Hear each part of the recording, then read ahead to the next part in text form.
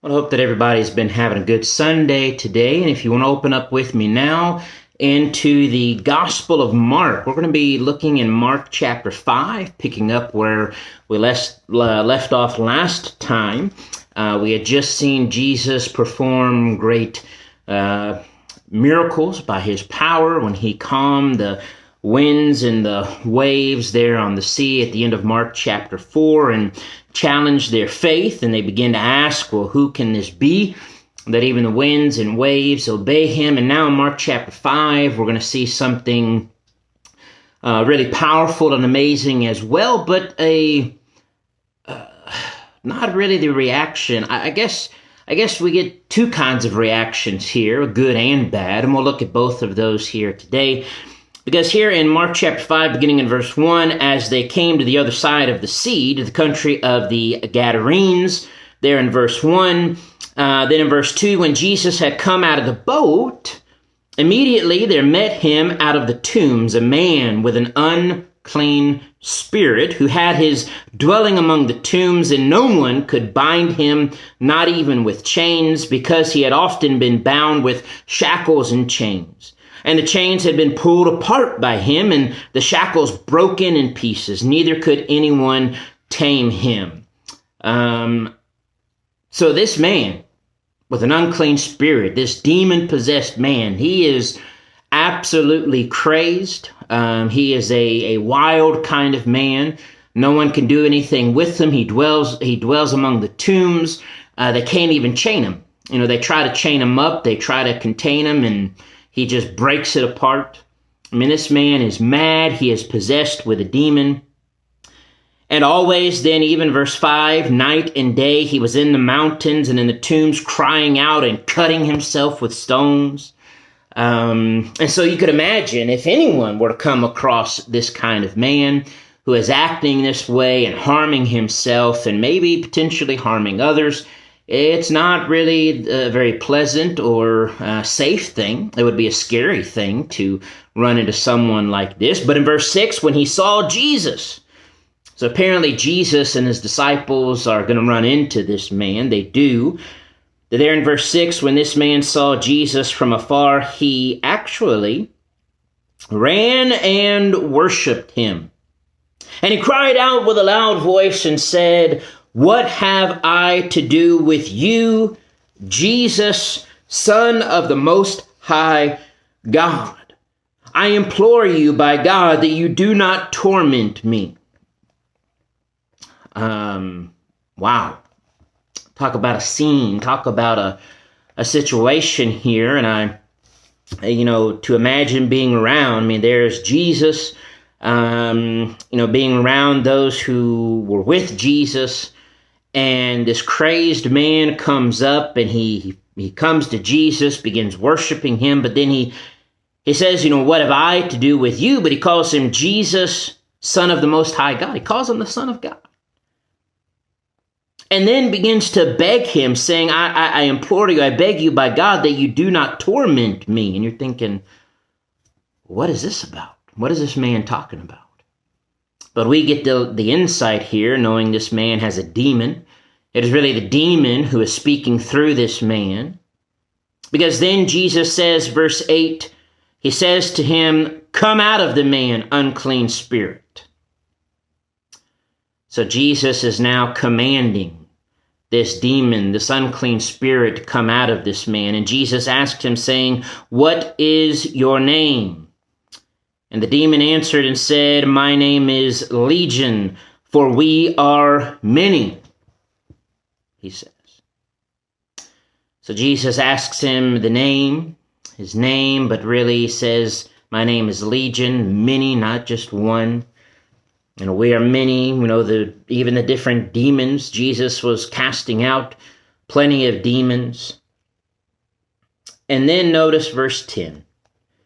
Also, he begged Jesus earnestly that he would not send them out of the country. The demons, really the spirits, begin to ask Jesus, begging him, "Do not send us out of the country." And so then they see a large herd. There was a large herd of swine feeding there near the mountains. And all the demons begged Jesus, saying, "Send us to the swine that we may enter them.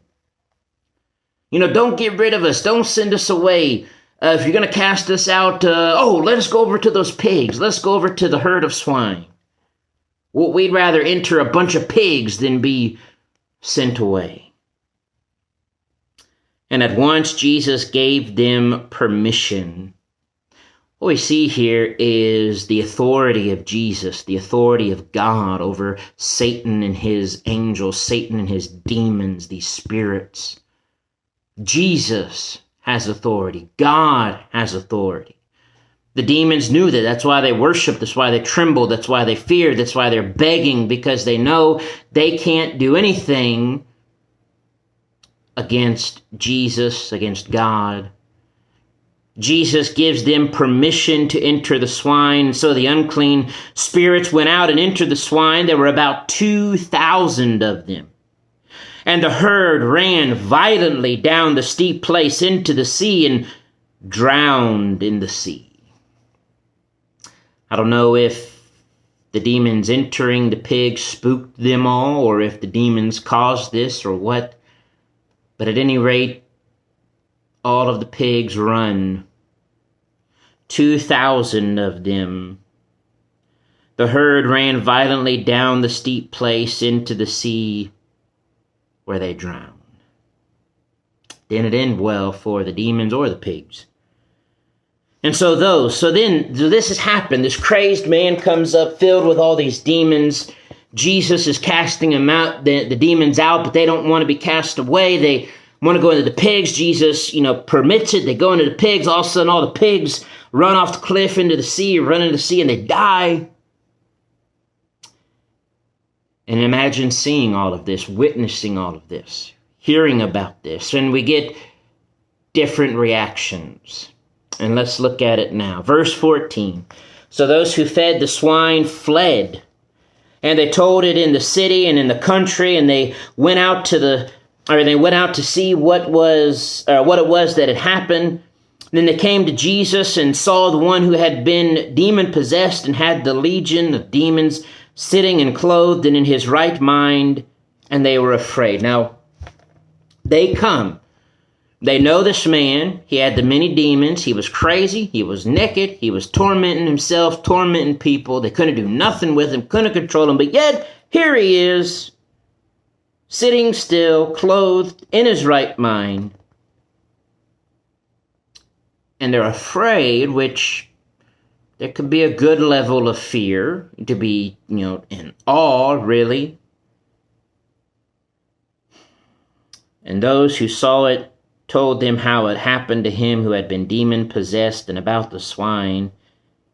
And notice verse 17. They began to plead with Jesus to leave their region. I'm always amazed at that they, even those who weren't there, they heard it. They can see the man. They know this man who was demon-possessed, who was crazy, out of his mind, inappropriate, dangerous, hurting himself, hurting others, scaring others. They couldn't do anything with him. Jesus comes along and says, yeah, Jesus, cast out the demons. He's clothed. He's in his right mind. He's a normal man now. And instead of being amazed and thrilled and excited and thank you, Jesus, we want to follow you. We want to know more. We want to see more. We want to hear more. Instead, they actually ask Jesus to leave. Why would you ask him to leave when he just did an amazing miracle? He cast out demons. I mean, did you lose a lot of pigs? Sure. Blame it on the demons. But instead, they were afraid. They asked Jesus to leave. But notice, verse 18, when Jesus got into the boat, the one who had been demon-possessed begged Jesus that he might be with him. The man who had been demon-possessed, who Jesus had cast the demons out of, now that he's in his right mind, he now really wants to go with Jesus. He can see, obviously, what Jesus has done for him and what it means to him. However, Jesus did not permit the man, but said to him, "Go home to your friends and tell them what great things the Lord has done for you and how he has had compassion on you." And so the man departed and began to proclaim in the Decapolis all that Jesus had done for him, and everyone marveled. Jesus says, as great as it would be for you to come with me, I really want you to stay here in this area, in your home, and tell people here what the Lord has done for you. And apparently, a lot of these people needed to hear it, especially even those who had just heard it and asked Jesus to leave. Maybe they didn't want to hear anymore. The man would have to go find others who would want to hear and marvel. Hopefully, those who asked Jesus to leave would have had a change of heart, that would have repented, come to believe in Jesus. We just don't know. But this man truly appreciated what Jesus had done for him, and Jesus wanted him to tell others what the Lord had done. We see a reaction. Some asked Jesus to leave. One wanted to follow Jesus. He went on to proclaim what the Lord had done, and people came to marvel. Just another example of the power, the authority, the grace, the compassion, the love of God.